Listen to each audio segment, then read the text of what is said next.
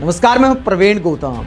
दोस्तों, वीडियो में आपको बताएंगे कि आज वीरेंद्र सहवाग पीएम मोदी की फिरकी कैसे ले गए, किसको लाखों रुपए का चूना लग गया, जिसे लेकर वीरेंद्र सहवाग खुलासा करते हैं कि पीएम मोदी की बातों में आकर अपना इतना नुकसान करा लिया।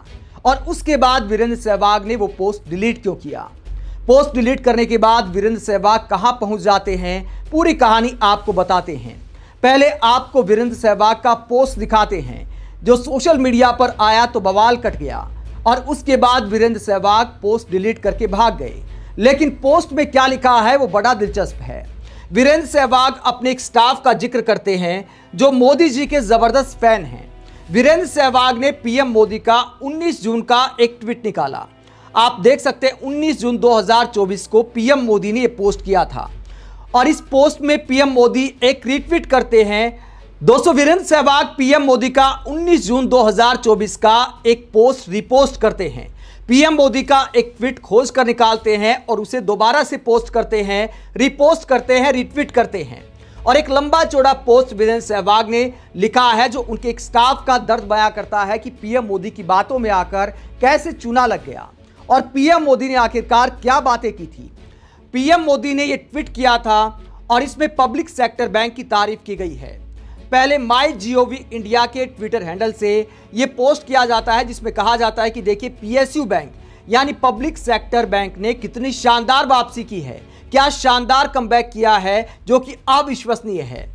पीएम मोदी इसकी तारीफ करते हैं और इसको रिपोस्ट करते हैं और कहते हैं कि डाटा दिखाता है कि किस तरह पब्लिक सेक्टर बैंकों का काया पलट हो गया है, पूरी तरह ट्रांसफॉर्मेशन हो गई है। और इसे लेकर पीएम मोदी कहते हैं कि PSU बैंक अब ताकतवर हो रहे हैं। और इसे लेकर वीरेंद्र सहवाग क्या खुलासा करते हैं, अपने स्टाफ का दर्द बयां करते हैं वीरेंद्र सहवाग। और क्या खुलासा करते हैं जिसके बाद बवाल कट जाता है। वीरेंद्र सहवाग इस पोस्ट में क्या कहते हैं, अंग्रेजी में लिखा है, इसका हिंदी अनुवाद मैं आपको बताता हूं। मेरे एक स्टाफ को अपनी पुश्तैनी जमीन बेचने पर लगभग 1 करोड़ रुपए मिले थे।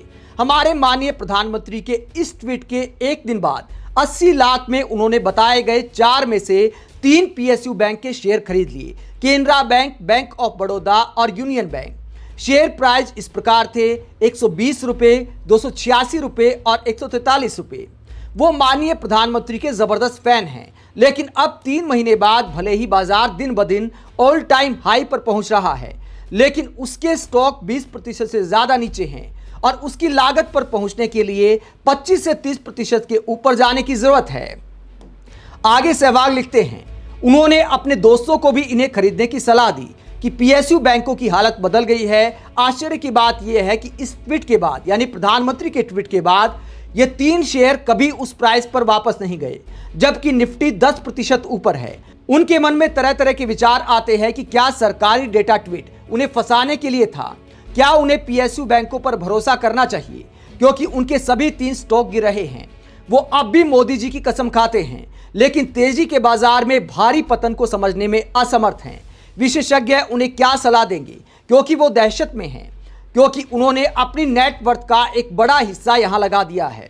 तो वीरेंद्र सहवाग कहते हैं कि उनके एक स्टाफ ने पीएम मोदी की बातों में आकर सरकारी बैंकों के शेयर खरीद लिए, पब्लिक सेक्टर बैंक्स के शेयर खरीद दिए। लेकिन अब वो शेयर 25 से 30% नीचे पहुंच गए हैं और वो इस पतन को समझने में असमर्थ हैं। भले पीएम मोदी की आज भी कसम खाते हैं और उन्होंने अपने दोस्तों से भी कहा था कि ये शेयर खरीद लीजिए, ताकतवर हो रहे हैं। पीएम मोदी ने PSU बैंकों का काया पलट कर दिया है। इस पोस्ट के आखिर में वीरेंद्र सहवाग कहते हैं कृपया उनको सलाह दें, क्योंकि वो बहुत टेंशन में हैं। लेकिन इस पोस्ट के बाद ऐसी टेंशन आती है कि वीरेंद्र सहवाग इस पोस्ट को ही डिलीट कर देते हैं। बताइए अब सलाह देने वाले कहां जाएंगे। सहवाग जी, आपने सलाह मांगी थी, लेकिन आप तो ट्वीट डिलीट करके निकल लिए और कहां पहुंच गए वीरेंद्र सहवाग। वीरेंद्र सहवाग आप देख सकते, हो सकता है कि कुछ देर बाद कहें कि देखिए मेरा ट्विटर अकाउंट तो हैक हो गया था, मैंने पोस्ट नहीं किया था, किसी और ने कर दिया होगा। क्या वाकई ऐसा हो सकता है? या खबर मैं जब पढ़ रहा हूं तो हो सकता है वीरेंद्र सहवाग ने ऐसा कुछ लिख दिया हो। तो उनके ट्विटर अकाउंट में आपको दिखाता हूं कि सहवाग के ट्विटर अकाउंट पर क्या सीन है।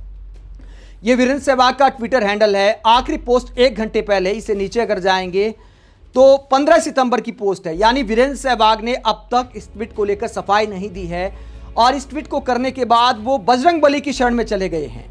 और क्या लिखते हैं वीरेंद्र सहवाग, जय बजरंगी जय हनुमान, संकट मोचन कृपा निधान। तो संकट मोचन की शरण में चले गए हैं वीरेंद्र सहवाग। क्या ट्वीट करने के बाद संकट आ गया है? मतलब कितना इत्तेफाक है कि ट्वीट करते हैं, उसके बाद डिलीट करते हैं, उसके बाद बजरंग बली की शरण में पहुंच जाते हैं, संकट मोचक को याद करते हैं। तो क्या सरकार की तरफ से कोई संकट आ गया है? क्या बीजेपी नेताओं का फोन आ गया कि देखिए पीएम मोदी को इस तरह बदनाम मत कीजिए कि पीएम मोदी की बातों में आकर आपके स्टाफ को चूना लग गया? जब वीरेंद्र सहवाग बजरंग बली की शरण में जाते हैं तो पब्लिक जो है उनके मजे ले रही है। क्या कहती है पब्लिक, जरा देखिए। दोस्तों, बजरंग बली वाली फोटो के जवाब में लगातार ऐसे ही पोस्ट है कि आपने आखिरकार ये वाला ट्वीट डिलीट क्यों किया। कई लोग कहते हैं कि बेटा डर सबको लगता है, गला सबका सूखता है। तो वीरेंद्र सहवाग का भी क्या गला सूख गया? आप वीरेंद्र सहवाग के इस खुलासे को लेकर क्या सोचते हैं और ट्वीट डिलीट करने को लेकर क्या सोचते हैं कि आखिरकार इतना डर क्यों लगता है? कमेंट बॉक्स में अपनी राय जरूर दें। अगर आप हमारी पत्रकारिता को पसंद करते हैं तो थैंक्स के ऑप्शन का भी इस्तेमाल कर सकते हैं। इसके अलावा वीडियो को लाइक करें, चैनल को सब्सक्राइब करें। नमस्कार।